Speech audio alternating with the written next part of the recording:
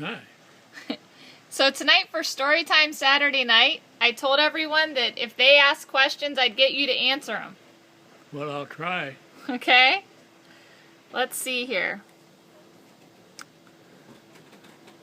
Our first question tonight is from Margaret Woods Thompson, and she would like to know if you remember working with her dad or her grandpa, James Woods, on the B&O Railroad. Yeah, I do. You do remember James Wood? Yeah. She never met him. She wants to know what he was like.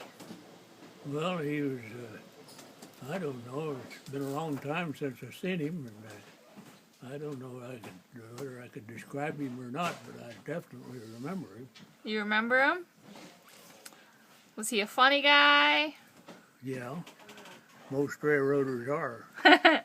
Why do you say that? Well, because they just that way. That's the cut of guys that goes to work for a railroad. Let's see. Our next question is from Garrett Rice. If you could say one thing to the world, one piece of advice, what would it be? Quit arguing. Quit arguing. Too much arguing. I have multiple people who want me to give you a hug. Speaking of that, we have a question from Cameron Siemens, and Cameron wants to know if your daughter has responded to you in any way in regards to the media or online attention you've been receiving. No, she hasn't. I haven't seen her or spoke to her for I don't know when. For you don't know when, huh? Let's see. Another person wants to know, let's see, what's the name here? How do you feel knowing that your story's out there and you're thought about many times a day by people all over the world? Well, I feel like I'm more a special person than I ever thought myself to be. How else does it make you feel? Make me feel real good. Let's see. The lovely Trish Palak, who you know, she wants to know, what do you feel is the proudest moment has been in your life? Proudest moment I've been in my life.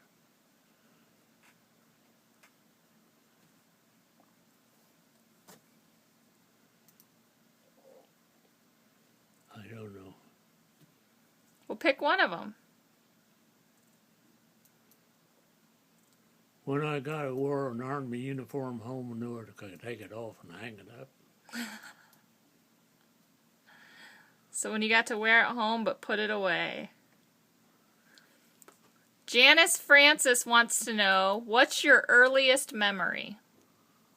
My earliest memory is my dad buying a new automobile, a 1924 Ford, back about 1925.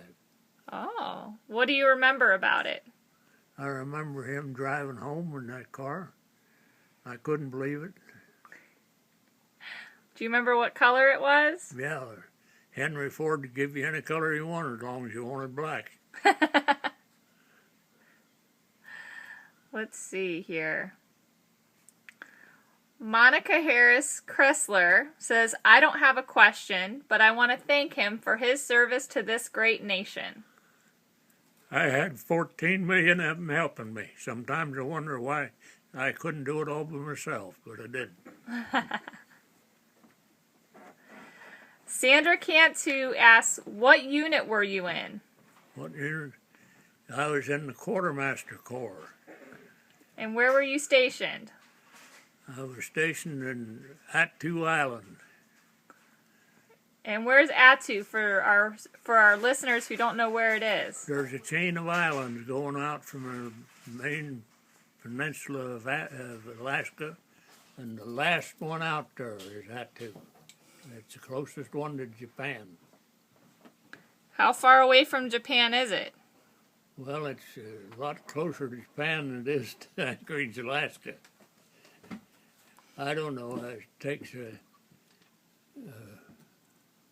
jet plane about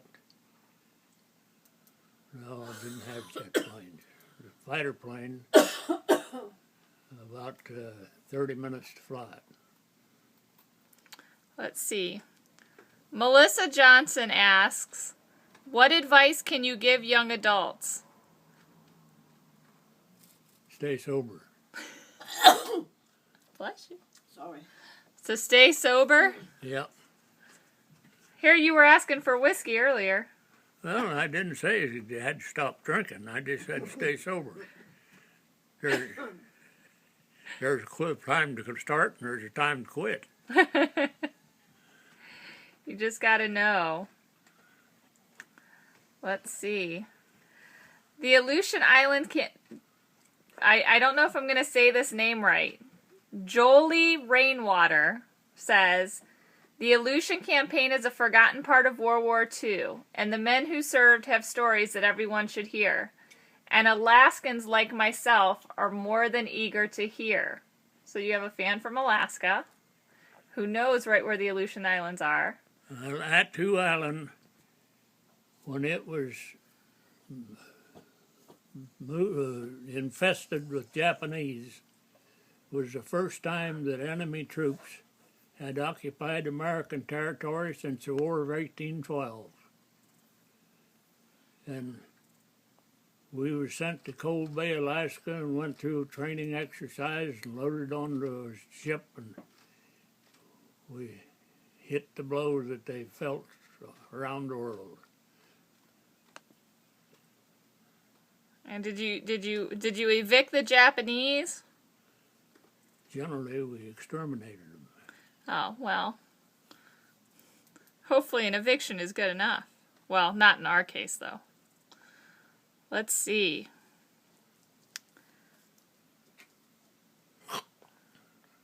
Looking for questions here on our Facebook. Do you like Cab Calloway or Dizzy Gillespie?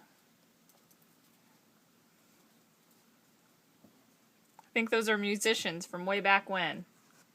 I remember Cab Calloway, but I just remember the name. I don't remember anything about him.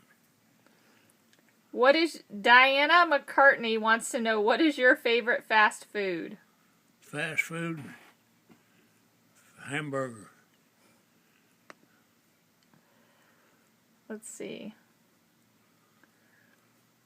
And C. Superfly Voss would like to know, what advice do you have for soldiers who are coming home today, trying to readjust and are dealing with shell shock and PTSD? You just got to get a hold of yourself and get back in your old routine of pre-war days. It took me a while. Yeah. What did you do to help yourself cope? Went to work. Went to work? Where'd you go to work? Let's see, what did I do when I first come back? Worked on the railroad. I think you did something else first. Weren't you sheriff first? What should you do first, railroad or being sheriff? Now let me stop and think.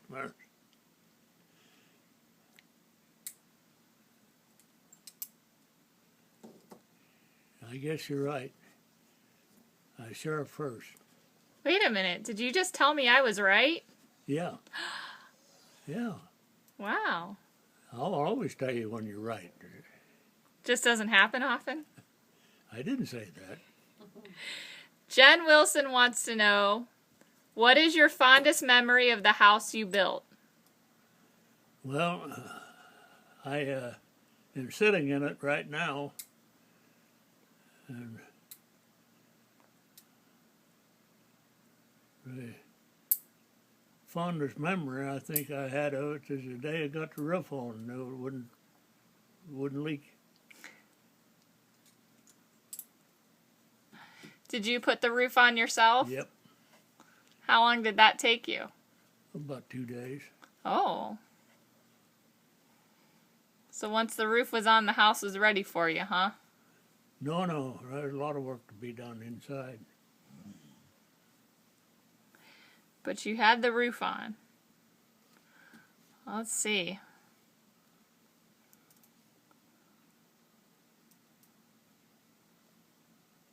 Dawn Houston says, although there are not good things about war, I'm sure some good things happened, and some funny things happened that made him smile. I would love to hear Grandpa tell me a short story from his service days that made him smile. Well, I remember sitting in a beer joint, drinking a beer, when a boy I knew ever since he was born was sitting down beside of me with a T-shirt on, and his arms was bare, and he had tattoos on his arm. And he had the name of a ship. And then it went 1, 2, 3, 4, 5. I think about the sixth one down the list was Attu. So I turned around and I asked him, I said, where were you on the 11th day of May, 1943? He said, I don't know. I said, just stop and think about it for a little bit. He said, I know where I was. I said, so was I, on the same ship. Just in a random bar, ran into someone who happened to be in the same place. Yeah, and I didn't know he was on that ship, and he didn't know I was on it. That's a big boat. Oh, yeah.